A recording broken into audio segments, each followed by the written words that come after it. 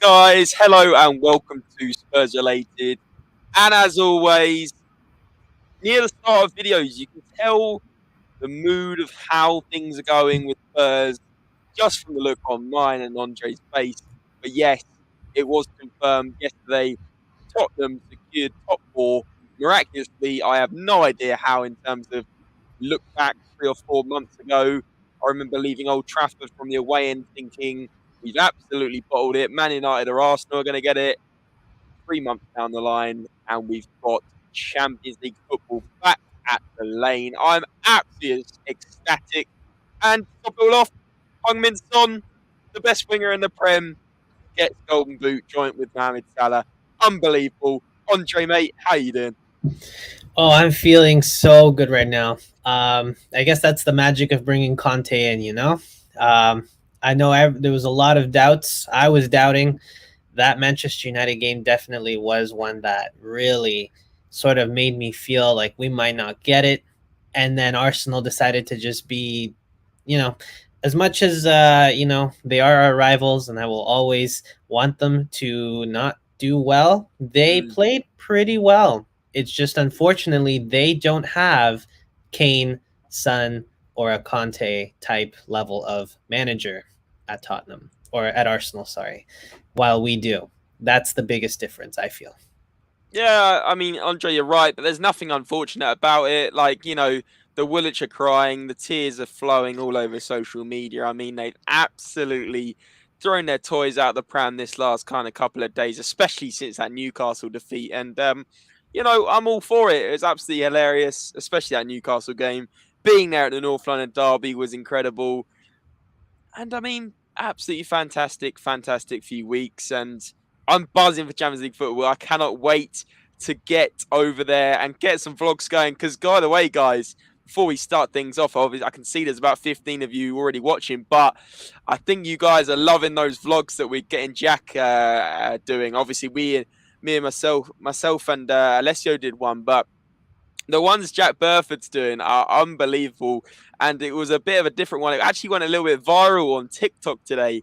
So basically, if you haven't seen it, definitely go and watch it after this. But Jack Burford had the biggest dedication to go and watch that game. He couldn't get a ticket in the away end, so he bought a Holiday Inn, which is in the corner of Carrow Road, and watched it from a hotel room.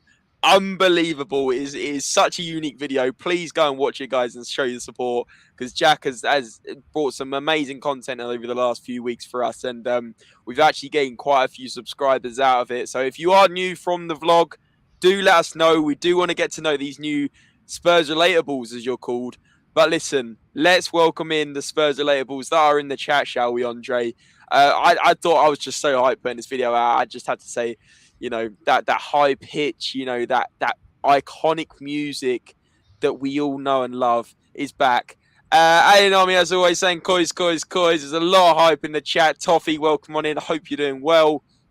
Ayanami's also saying Fraser Forster inbound. Maybe Andre's got a bit of an insight to that, because I haven't been following it today, actually, but I'm sure Andre has. Welsh Gal is in here. Big up James and Andre. Happy days. Ali, Ali, Ali. Absolutely love it. And Kev G saying Spurs flying high, I feel sun in the sky, how I feel breeze drifting on. Oh my goodness. I think that's a song, but you know what, Kev? It's not clicking in my brain what song it is right now. Maybe you're going to have to come on and sing it for us. But Leo's also saying they called us delusional. The only people delusional right now, Leo, are Arsenal fans. That is all. That is all that needs to be said. Listen, there might be Arsenal fans that come on and say something today. And do you know what? I'm not going to sit here and take the mickey out of you. However, I am going to say, when you thought it was in your hands and you were giving it the banter on social media and everything else, and Spurs beat you in the North London Derby, and I said Newcastle will get points against you, whether it's 1 or 3, it happened, and the rest is history. The rest is history. Toffee saying, well done, lads. We stuck together and made it over the line. Exactly. Everyone was just full on belief in this community. Other than a few, we're not going to mention any names that didn't believe, but all my titles of these videos, mine and Andre's videos here, they were saying top 4 still on. we still believe top four, weren't we? Andre, they're all titled that. And now we can Yeah, look back at it and not look stupid. Um, you're gonna get uh, clipped. well, enjoy Europa League, Arsenal fans. Listen, I mean, the Europa League theme tune's got a little bit better, at least. You can enjoy that. The da-na-na-na-na, da-na-da-na-da-da. So enjoy that ringing around the Emirates. If you want a few pints to that or whatever you got to do, we're cooking on a Tuesday and Wednesday night. You guys, Thursday night. I know you'll be watching Emmerdale on the Tuesday or Wednesday or EastEnders or one of those. Just enjoy it. The feeling good got you, and I'm feeling good. Sorry, lads, sorry, I got you. But without going off on a tangent about songs and theme tunes, Andre, let's talk about yesterday and what a great day it was. Song Golden Boot, Spurs get top four, Arsenal get Europa League, and West Ham bottle Europa League and get Europa Conference League. Could it have gone much better? Well, there was a lot of twists and turns, I think, throughout the entire table. Pretty sure at one point Liverpool were losing, and so were Man City, and it looked like Liverpool would be bottling it, and then Liverpool started winning, and then Man City won it. So, and then on the other end, in the relegation battle, Leeds somehow made it out, and they're fine, and Burnley Yeah. are gone. Now, what that means for us, if we're going to go for anybody, I don't know about you guys, but there's a goalkeeper that I would like from there, and there is a striker that I would like from there. Okay. But, as I mentioned earlier, I think we are linked to Fraser Forster. Apparently, some medical is going to be done this week, and he's a free agent. So we'll see. I don't know. What do you think of him, James? Do you think he'd be good? Listen, he's never going to be a starter, especially over Lloris. I know the long-term plan is to get a young goalie in to kind of shadow what Lloris did over these years. But Fraser Forster, I mean, he's a great keeper, but he's going to be a backup option. So then what happens to Galini? I'm not too convinced on him. There's all these little sort of things to solve with this. But I don't know. Let's get into the Fraser Forster thing a little bit later. Let's talk about that in a minute because I know there's a couple of people in the chat that definitely want to talk about it. Chris is saying, evening, James and Andre. Big up North London is ours. Champions League Tuesday and Wednesday. Feeling is amongst us. Absolutely love it, Chris, and I loved your like fan reaction on Irish Shots. But I always enjoy watching them, mate. Keep it up. Kev saying, I loved hearing that the Arsenal fans have changed the Champions League chant. They've been singing at the Emirates. They've changed the words to Europa League. Come on, you Spurs. Big up, Kev. Welcome on in, mate. Good to see you. Welsh Girls also saying, I hope the Scum enjoy playing some Albanian team that we have never heard of. Big up, Chris. And Kev is also saying Pope from Burnley would be a great signing. Andre and I have said about this when we played them, actually. Kev's also saying freebie Forster. It makes sense. He's only going to be number 2. Galini going to go back. I can only see that, to be honest with you, Kev. He's saying let's smash Juventus and Bayern for revenge. Exactly. We've got to get a little one up on them. And Chris is saying big up Welsh gal. But yeah, Andre, so about yesterday, and guys, get your thoughts in the chat about yesterday, how you thought it went, who you thought were the standout performers. Maybe we start with, I know you said about the Man City Liverpool thing, that was dramatic throughout. I mean, at one point, like you said, Liverpool looked like they were going to win it. Man City were 2-0 down. Villa were doing the job. Steven Gerrard was doing the job. Coutinho was doing the job. And then Man City scored in 76, 78, and 81. It was just ridiculous. I mean, 5 minutes of pure madness. Ilkay Gundogan off the bench getting 2. But let's focus, obviously, on Spurs.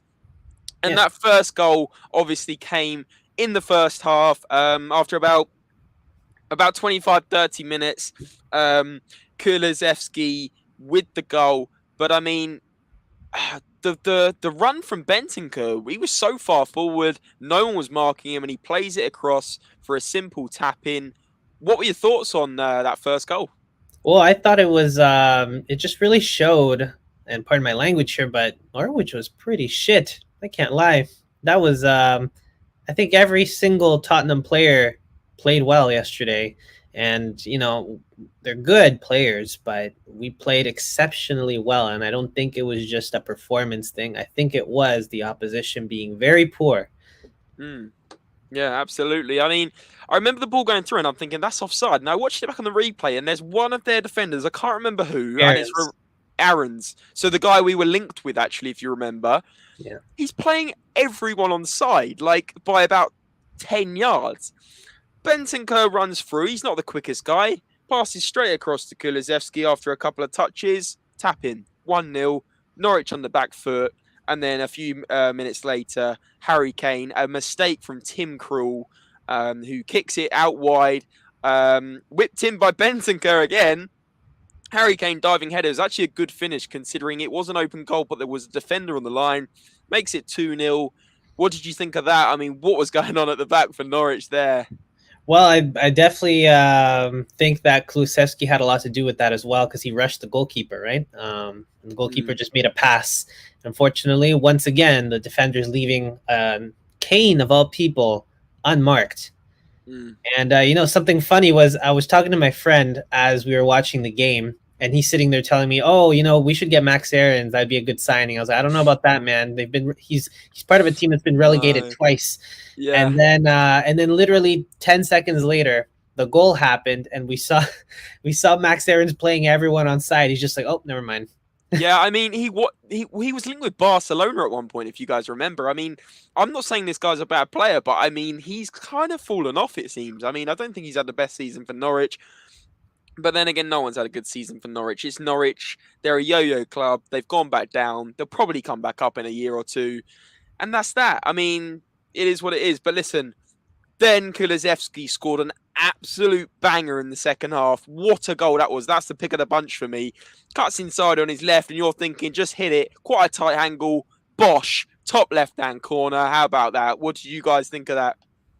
Well, I also think that it was great that he did that right after I feel like it wasn't so much that he was trying to get it to his dominant foot. It was the fact that he wanted to pass it to Son. I feel like Kane and Kulusevski were trying to get Son the golden boot. They were trying to provide service for him. And unfortunately, Son was just wasn't his day at first. It took him a while to get into it. So I think that miss where he just had to either pass it or shoot it, it was great to see that he immediately went like, you know what, screw this. I'm going to make people forget about it right now. Curled it in. Beauty. Absolute peach. Absolute peach. Kev's just said beating Man City isn't for everyone. Yeah, poor Villa. I mean, Liverpool fans. I mean, I was with Joe at the time, and you know how much of a big Liverpool fan he is.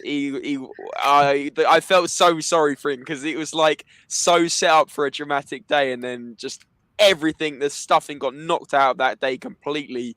As soon as City went 3-2 up, you were like, Villa are done. Villa are done here. But Look. If Gerrard can't do it as a player, he can't do it as a manager. Okay, that's just what it is.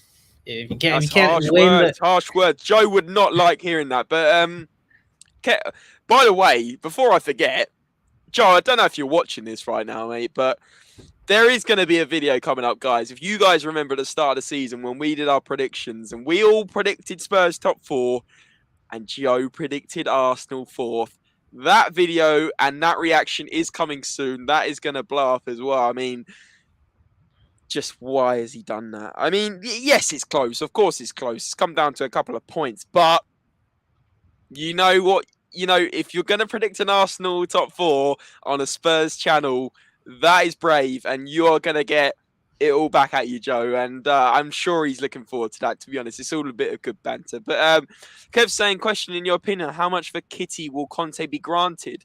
I'm saying, and I was talking to someone about this the other day, I think he's going to get, well, if Levy and Enoch, of course, don't disappoint us and do what they should do and do what's right and invest when it's right, bearing in mind we're going to sign Romero on a permanent and Kulusevski, so that's about what, 70, I 80 believe it million was pounds. 80 because I think Romero's 60, and then we have to pay the first 20 of Kulusevski's 40 million price tag in the first increment, and then the other installments can be probably 5 million per window. So 80 million So right off the bat. okay, so I think I was going to say 150, but on that case, I think he'll budget 180, but we'll get money back from, you know, we're going to offload on Dombele, probably Lo Celso. So I do think I can see 180 million spent. Now, that may sound crazy to you guys, and you're probably sitting there going, no, Levy and Enoch won't do that. But listen, Conte will demand. He's within his right to demand as much money as he needs to an extent without being PSG and buying Mbappe for 2 million a week. I mean, that's just ridiculous.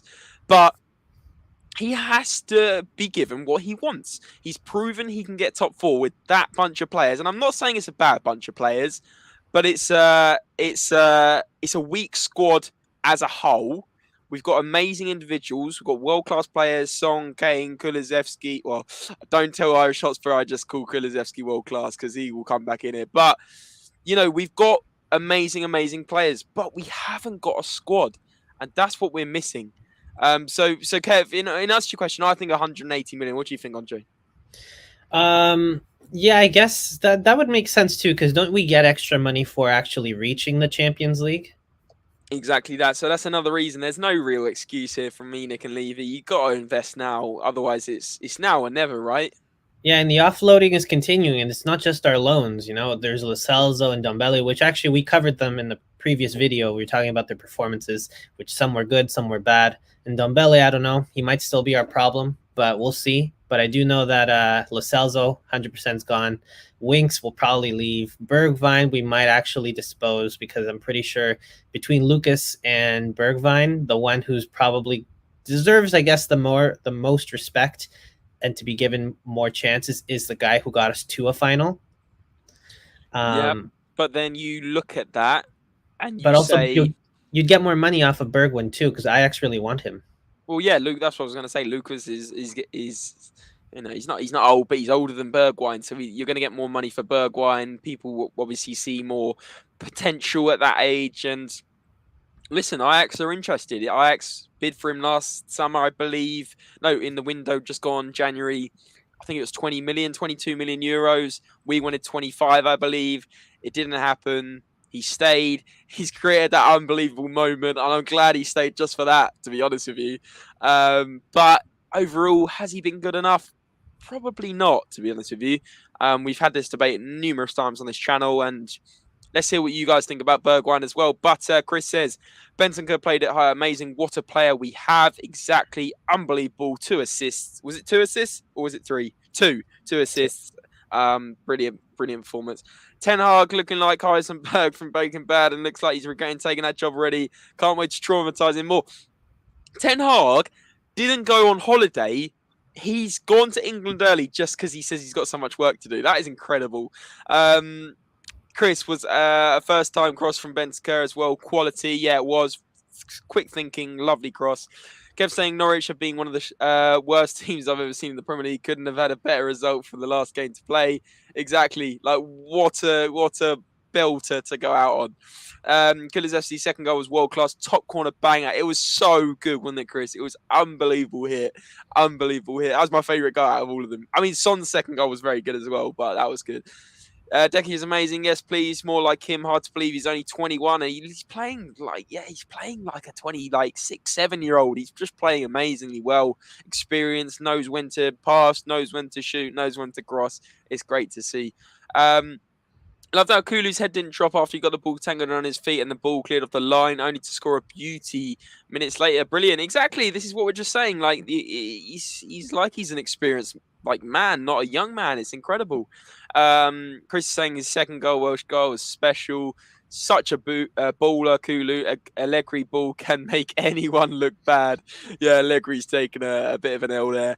Kev G says Amazon Prime all or nothing, major editing going on. Yeah, listen, all the Amazon Prime producers right now are actually editing all the posters that they pre-made. So Arsenal all or nothing. It's actually Arsenal nothing and nothing, because that's essentially what they've got. Is absolutely zilch, nothing.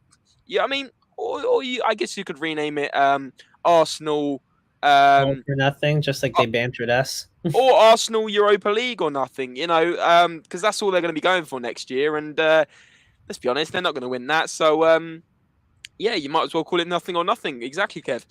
Welsh girl says totally agree. Reject. Yes, I was thinking close to 200 million. 200 million. Oh, that would be brilliant. That would be brilliant. But don't forget, this day and age, 200 million, of course, it's a lot of money.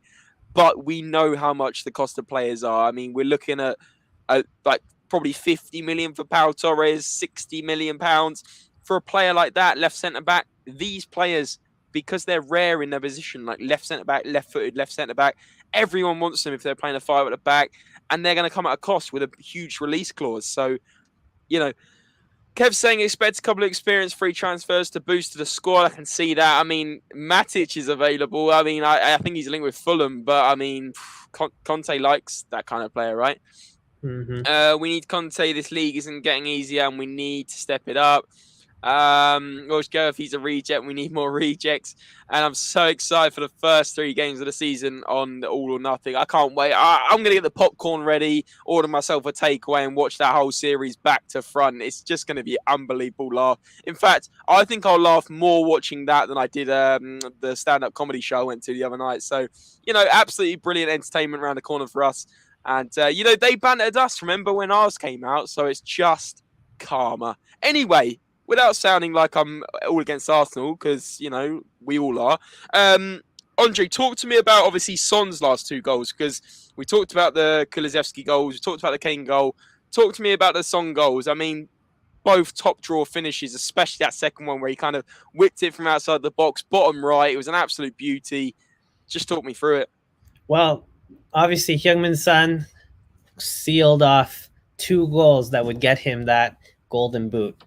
And I mean, what a player! I every time I think that he might be having a so-so game, he just comes and just keeps his head up and scores some bangers. So there we go. Heung-min Son with that first goal. That at a point I really thought that maybe he wasn't going to score anything because it just at first it really wasn't his day, and then he changed it around and just became the classic Son we all love and know. So. Absolutely. I mean, 35 games played, 23 goals, 7 assists. It's nearly a goal contribution a game. It's crazy stats. And all non-penalty goals as well, by the way. Zainami saying Popala. Welsh Class saying all or nothing should be the Lego Head Diaries, how not to manage a club. Or how to cry every given opportunity that you've lost a game or the referees were so bad today. I mean, it's ridiculous. Could rename the Amazon Prime program Mars over tier. You could name it anything, Kev. Let's be honest. It's just comedy. But anyway, back to Son. Yeah, what a player. Couldn't agree more, Andre. Like, this guy just gets better and better and better. And I believe if you look at his stats, it's pretty much his goals and his contributions have increased every single year. He's 29 years of age now. He's probably at his prime.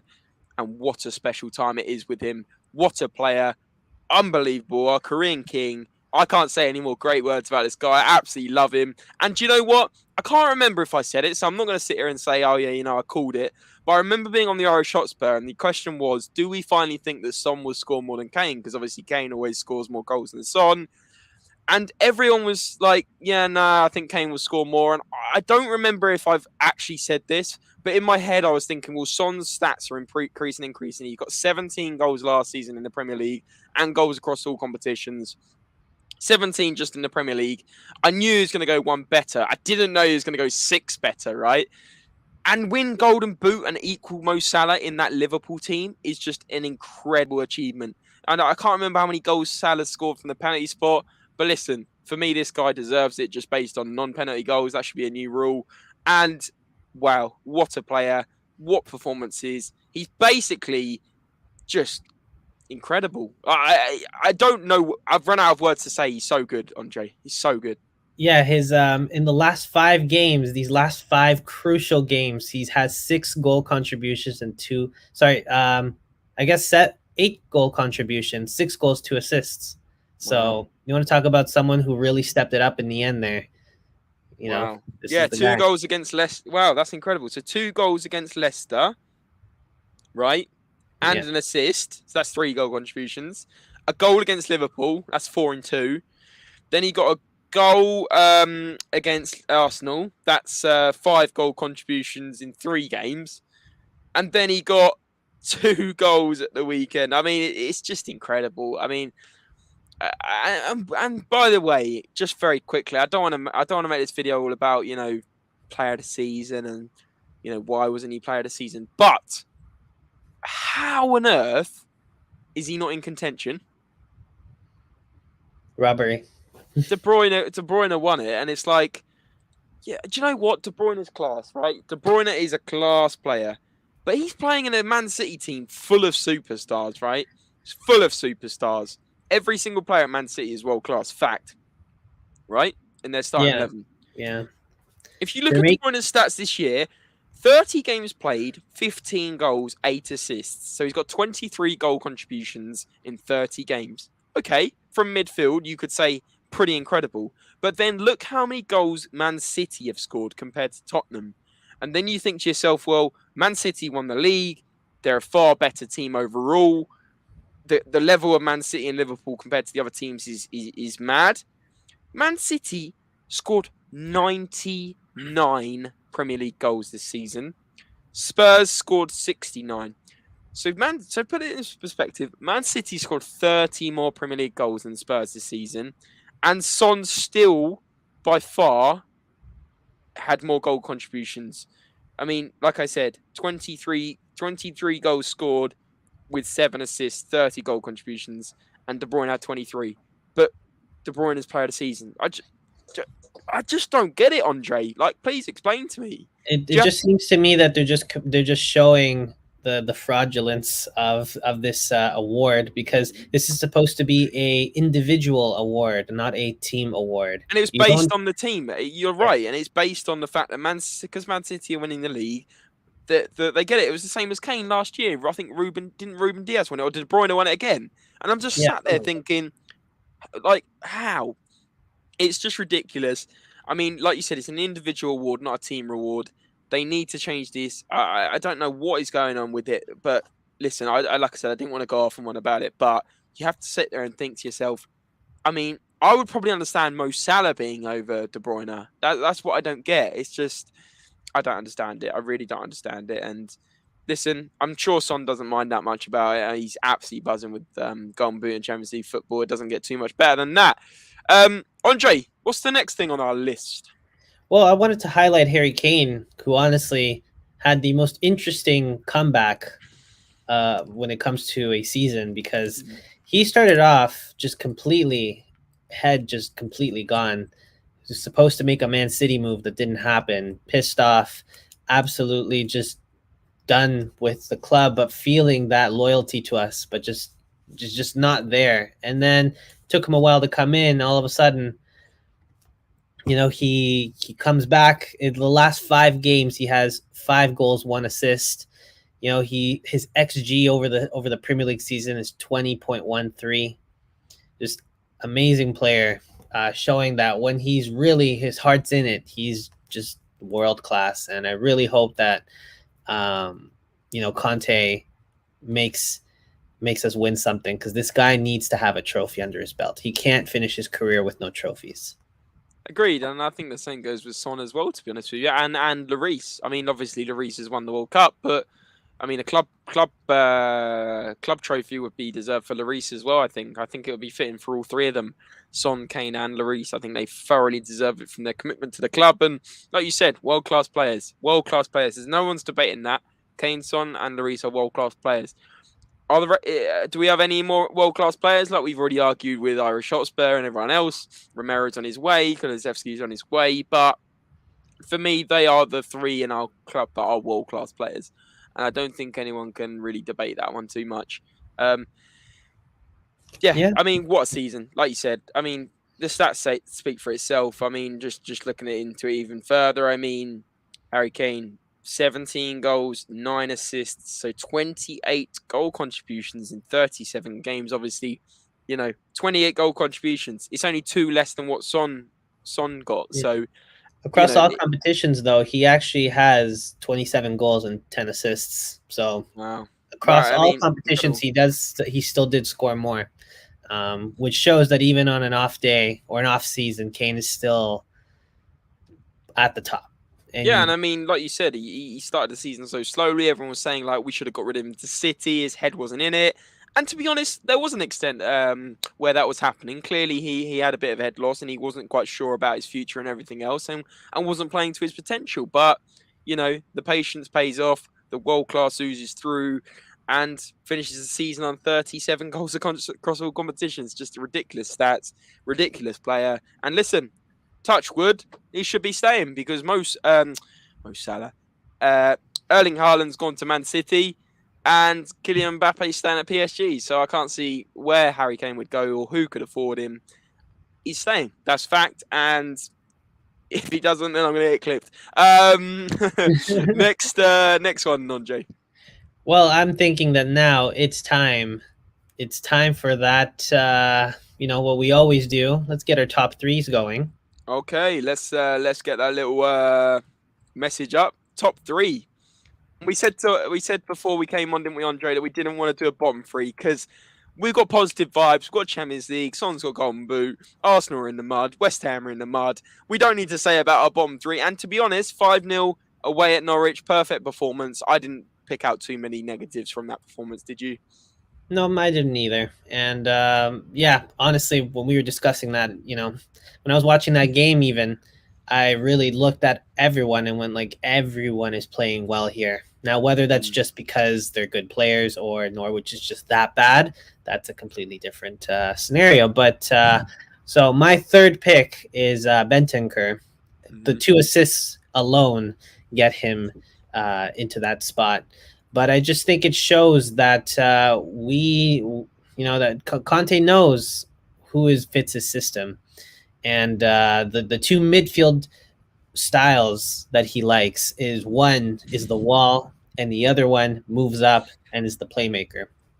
And I Yep. think the Bentancur and Hoiberg partnership is so good. You can even tell like Bentancur had 81 touches and 74 passes, while Hoiberg had 105 touches and 92 passes. So while Hoiberg may not be sort of showing up as much because of the fact that he's not moving up, Hoiberg does a lot of work as well, and that is something to just keep in mind that Hoiberg is doing all that work at the back. But Bentancur, to me, yes, with those 2 assists, that link up play at the top, excellent player. And today he just shined compared to most. Absolutely, yeah. I couldn't have put it in much better words myself, Andre. To be honest with you, like you said, he's the one that seems to be going forward. Really did ooze class yesterday, and that first time ball through to Kane, perfect ball. Great. Kane obviously done very well with like a diving header almost, but you know, he's saying he's saucy and silky, proving Allegri wrong. Allegri's in the mud. Arsenal in the mud. West Ham in the mud. But listen, I couldn't agree much more. I think, you know. I'm not too sure if you put my kind of 1, 2, 3 up, but this guy is certainly in my top three, and I agree with everything you said there. To be honest with you. Yeah, well, and here's where you might disagree with me because I put my number two as Youngman's son. Hmm.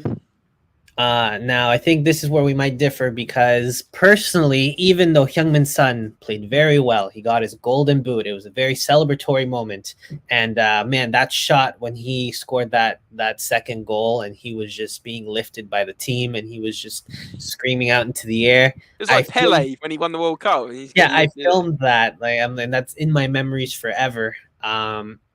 It wasn't the best of performances at the beginning. He was missing a lot of shots. He could have easily not been a joint Golden Boot winner, but rather just won the Golden Boot with some of those opportunities he had. But he was Um, shooting a little. I knew that would happen. Like I knew Son would take so many shots yesterday because he was trying to do that. And did we? Would you say he was a bit selfish first half? Not so much selfish. I think he was just nervous because I do think the team was trying to get him the golden boot. They were trying to get the ball to him. But of Mm. course, Hyungmin Sun isn't going to be super selfish. So he was passing it. He was doing whatever, trying to get into positions. But he did Yeah. have opportunities. He actually shot the ball, I believe, 7 times.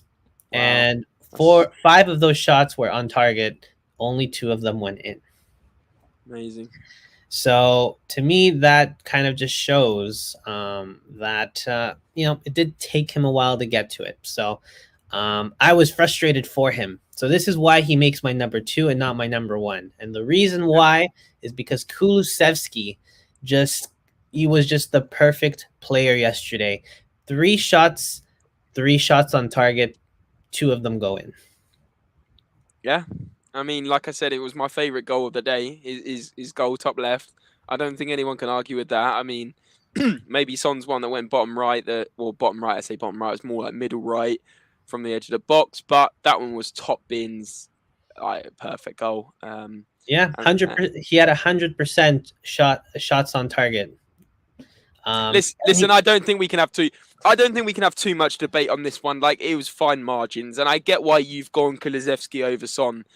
But I mean, I'll obviously let you argue your point before I do. But I would say for me, the fact that Son's composed himself in that second half where he was 2 goals behind.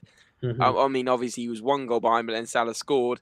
But to score 2 goals and how much it meant to him, and the finishes were both brilliant. And to like I said, he had a lot of pressure on him. Right, he was focusing on that. Like you said, the team were trying to get him that, especially after we went a couple of goals up.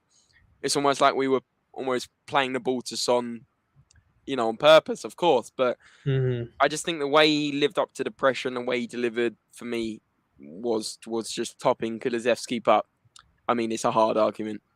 Yeah, and even the fact that between Heung-min Son, Kane, and Kulusevski, those top threes, like the people at the top of the lineup, Kane had Front Kulusevski had three. the most touches, 50 touches compared to Kane at 40 and Son at 43, and he had the most passes with 33, while Heung-min Son had 25 and Kane had 20. So Kulusevski was doing a lot of midfielder jobs and finishing his dinner. So. Do you know, that doesn't surprise me though, because I mean, Son's probably not. I'm surprised Son passed it 20 times yesterday. To be honest with you, he obviously wasn't going to pass it as much, especially when we were winning. Of course, he's going to be like that kid on the playground trying to get his goal, and it paid off. I'm very glad it did, and I'm not surprised. 20 passes from Son is probably very low on average on the whole season. So Yeah, that and doesn't and I surprise me. won't lie, I do think that it's easier to score when you're already winning by 3 goals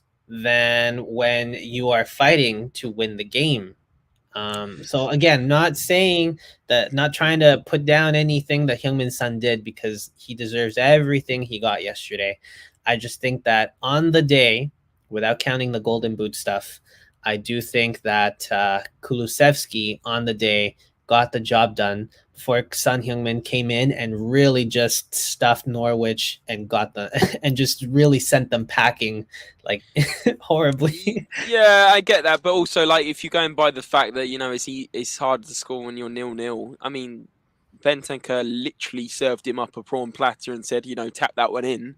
It's an open goal. He passed it across goal, and Kulusevski, right place, right time. I'm not talking down on that, but I feel like Son made a lot more of his goals. He had to work for him a bit more. Obviously, that Kulusevski second goal is just a wonder goal. He's individual effort, cutting on his left, but 2 goals for Son were probably harder than the two Kulusevski goals put together, because Son's kind of had to make both of them happen, and they were, especially the second one was an unbelievable finish, and so was Kulusevski's. But Kulusevski had a tap in on that first one, and I mean, like you said, it's harder to score when you're not winning, but like we said, it's a hard argument. I think you could put them both at the top, to be honest with you. Maybe to settle this one. But let's see what the chat think. If you're in the chat, let us know who you thought was the man of the match for Spurs. Whether you thought it was Son, whether you thought it was Kulusevski, or maybe someone else. But Toffee's in here saying Højbjerg has been phenomenal for us. His stats are amazing, worth every penny. Yeah, I think he's been a bit of an unsung hero.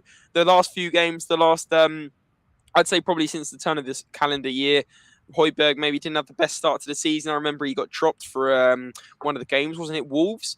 And we ended up losing that game. It was the first time he'd been dropped since he joined, and everyone was like, well, actually you can see why he's been dropped. And he's come back, an absolute Viking, as he is, the Danish Viking. And just phenomenal, to be honest with you. He's been a bit of an unsung hero, like I said. Solid in the midfield, great going forward. He's actually got a few goals this season. I think his game's developed. His passing's got better. Solid player. Very glad to have him. So if I'm to understand exactly what's happened with your top three here, I'm assuming you agree with me on Bentancur. Looks like Yes. it. Yep. Just very quickly, Bentancur, like I already said, I mean, he's been absolutely phenomenal. And actually, from what Toffee said here, Højbjerg could have easily been this number 3 as well. I thought Højbjerg had another superb game. But listen, Bentancur, I'm very excited to see what comes from him. I think he's going to get better and better in this Conte system. And Bentancur and Højbjerg are understanding each other more and more as the games go on. Um, but yeah, definitely him number 3. And then Kulusevski, as we said, and then Son top. But we've already had that kind of debate on that one. I know he's saying Sonny pure class, even with a slow start. The goal got him going and raring to go, and the second goal was just beautiful. Yeah, I mean, absolutely. This is what I'm trying to say. I mean, that's a great picture, but this is what I'm trying to say. It's like, Son started so slowly, and like you're thinking he's not going to get the golden boot, and this is why I was trying to say, like, for me, he was the best player yesterday because he had imagine being Son, Andre, and you're in that dressing room half time and you're 2-0 up.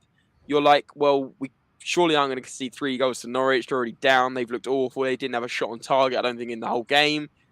And all you're thinking about now, pretty much, is that golden boot. This is your best ever chance to get a Premier League golden boot.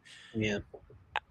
The pressure is huge, and he's just delivered. That's, for me, Kulusevski was playing with freedom. Like, that guy might as well have been playing up, his local park, because he wasn't. Of course, he was playing for something. Of course, he's playing to get us over the line. But Son was the one that was playing for something, right? The stakes were high, and he's got it, and you could see how much it meant to him. That's why I gave it to him. But like I said, it's a really hard argument for this one. It'd be good to see what the chat think. Bento is class, so elegant, massively underrated. I think both our midfielders are underrated in terms of the Premier League. Like, everyone talks about, Fabinho. Honestly, I think Fabinho is amazing, probably the best centre defensive mid in the Premier League. Then you've obviously got like Rodri. People talk about, amazing, but the Spurs defensive mids are very under-talked about, undervalued. It's a little bit like, I don't like saying they're as good as Moussa Dembele, because I don't think they are. I don't think anyone's going to come close to Moussa Dembele. For me, he is our best midfielder other than Modric, like in that kind of position. Modric is a bit more further forward. But,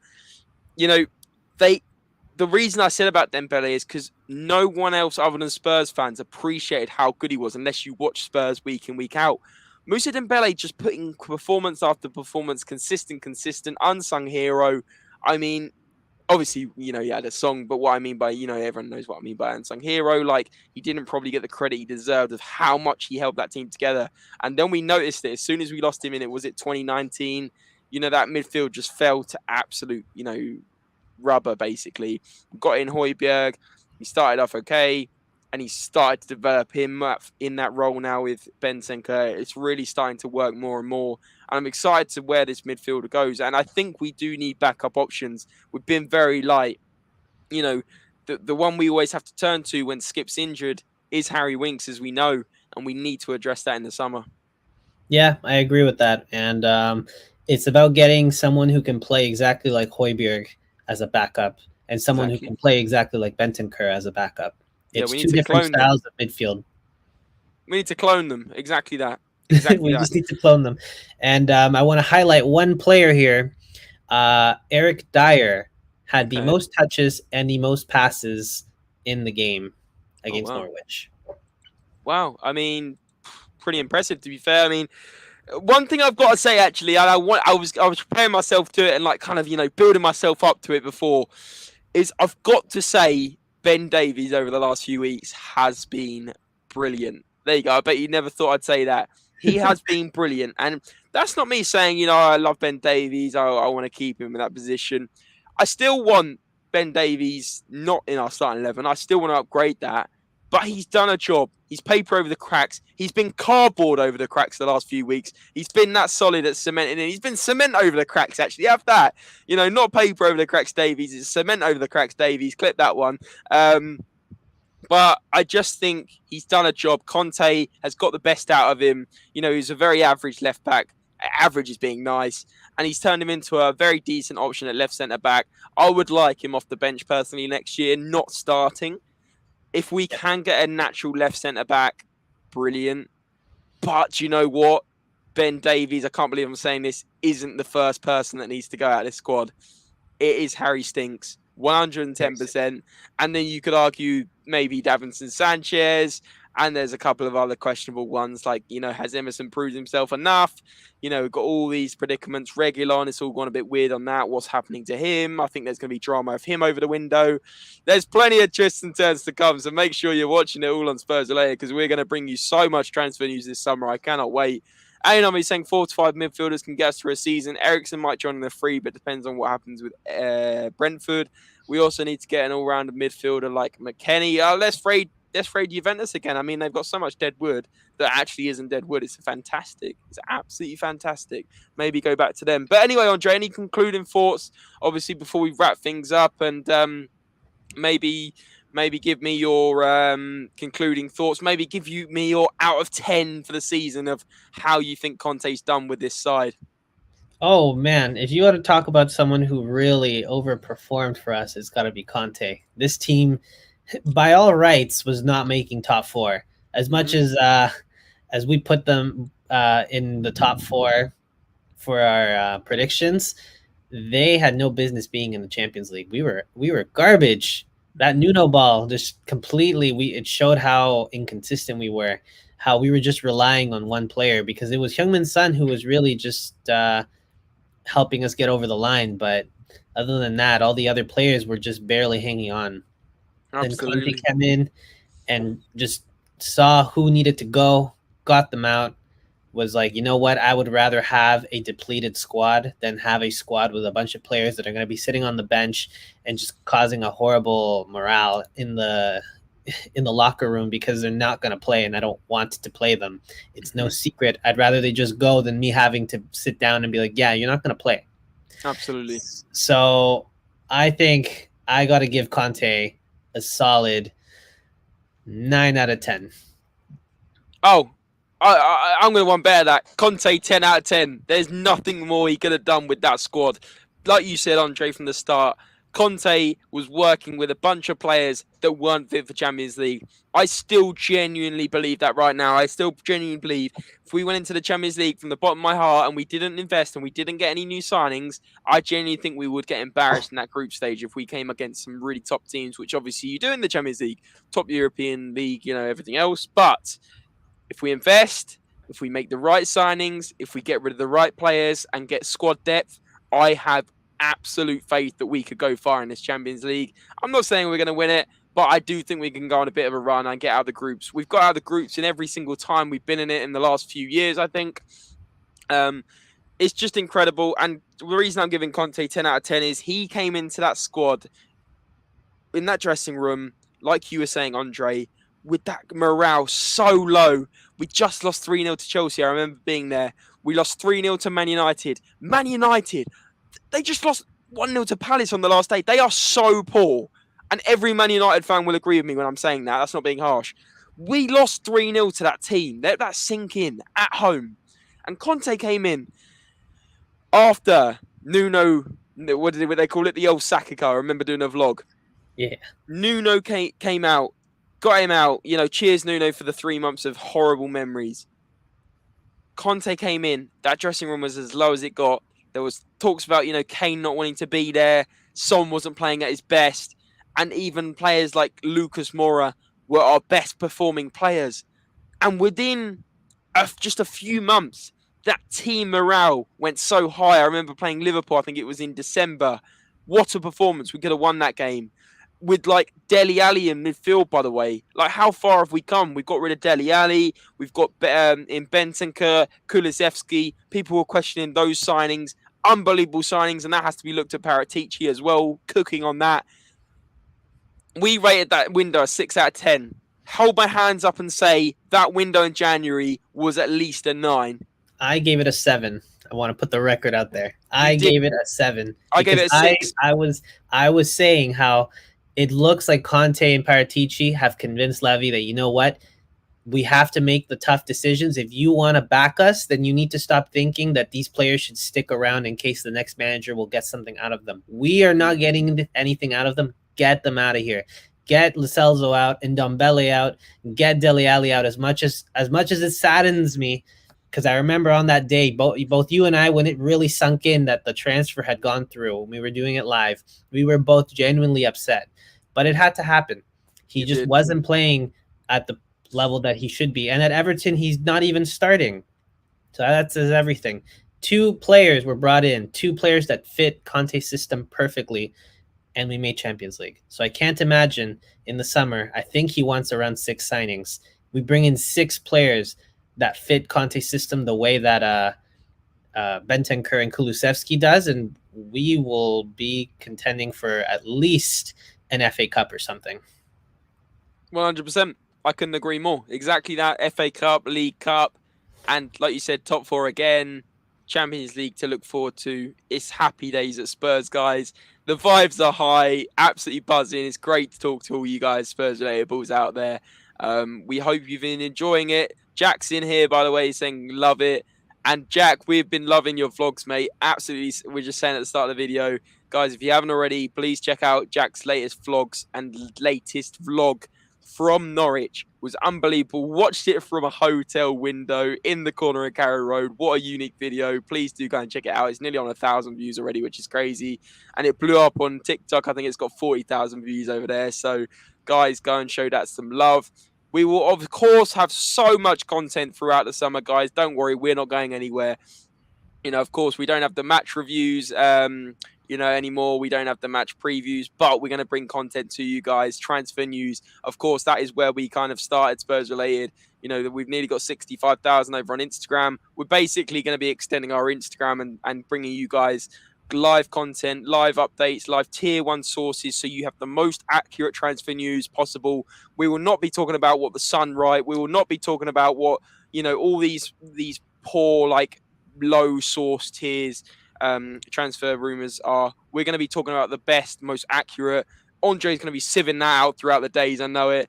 And we will bring this live on YouTube, guys, so stick around for that. We'll obviously bring you guys more quizzes, which you guys absolutely love, and more unique content, so please do stick around. If you're new around here, subscribe. It's just below. It's free to do. We'd massively appreciate it. Smash the like button, guys, if you did enjoy the stream.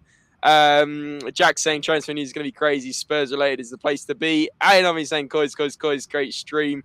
Thank you so much for your support as well, Ainami, over this year. You've pretty much been in every single video. It's been crazy. And that's a shout out, not just to Ainami, to all you guys that literally sit here and watch me and Andre. We'll always be humble about how many people are watching us. So we're massively, massively grateful for that as well. Like I said, guys, absolutely appreciate all the support. Andre, thanks for joining me throughout this whole season. It's not a sign-off, but it's a sign-off on the game season. Thanks a lot, mate. Oh yeah, I'm always here, and I'm always happy to be talking about Spurs. And 100%, guys, it's gonna be a busy one. He wants those signings like right now. I think whenever it is that they're supposed to go on tour to North Korea or South Korea. Sorry. I think he wants them by then. So expect the signings to be like happening immediately, and a lot of players are going to be leaving. A lot of them. Are you feeling confident for the window? I feel confident. They got stuff done in January. They got the Romero thing done. The Romero thing was the first one that made me go like, okay, something's changed here, because normally a Romero at the end of the window, that big signing we're supposed to do, and we bottle it. We didn't bottle it. So yeah, I mean, it wasn't Musa Sissoko this time. It was Christian Romero, who's an absolute baller, and what a player he's been this season. I don't think we mentioned enough about him. But listen, guys, I can see that some of you... North Korea, what's going on there? South Korea. Oh, no. Ellie saying, hi, James and Andre. Are you excited for the content here? And do you feel Ontario will take us to the very top? Literally, Ellie, honestly, we are so excited for this window. We're so excited for Champions League football. And like we said, Andre just said, 6 signings we hopefully expect. Get rid of some of that dead wood and Dombele, Lascelles, so get them out. They don't want to be here. And just happy times, hopefully very promising times at Spurs. Young Puddy's in here saying, Coys, big yourself up, mate. Thanks for joining. And Elvis, I just want to bring his comment out saying, hey, guys, how are you? Missed you. Congratulations, Sonny. You did it. 23 goals, shared the golden boot with Mo Salah. I never thought back in December that the Spurs boys will end up top 4 Champions League. Well done, all of you. And thanks to Antonio Conte restoring the team's confidence and belief in themselves. Elvis, it's been a pleasure also you being in these streams as well, mate. I just thought I'd nip that one in there before we ended it. Absolutely fantastic, mate. And we're all absolutely buzzing. Conte has done an absolute madness and secured Champions League football. And we just go marching on from here, as they say. The Spurs go marching on. Ladies and gentlemen, thanks so much for joining. As I said, please do smash the like and the subscribe. Go and show the love on that vlog. Please do go and watch that vlog. Honestly, I promise you, it is a brilliant watch. And guys, as always, do remember, what do we say, Andre? Come on, you Spurs! Top 4, get in.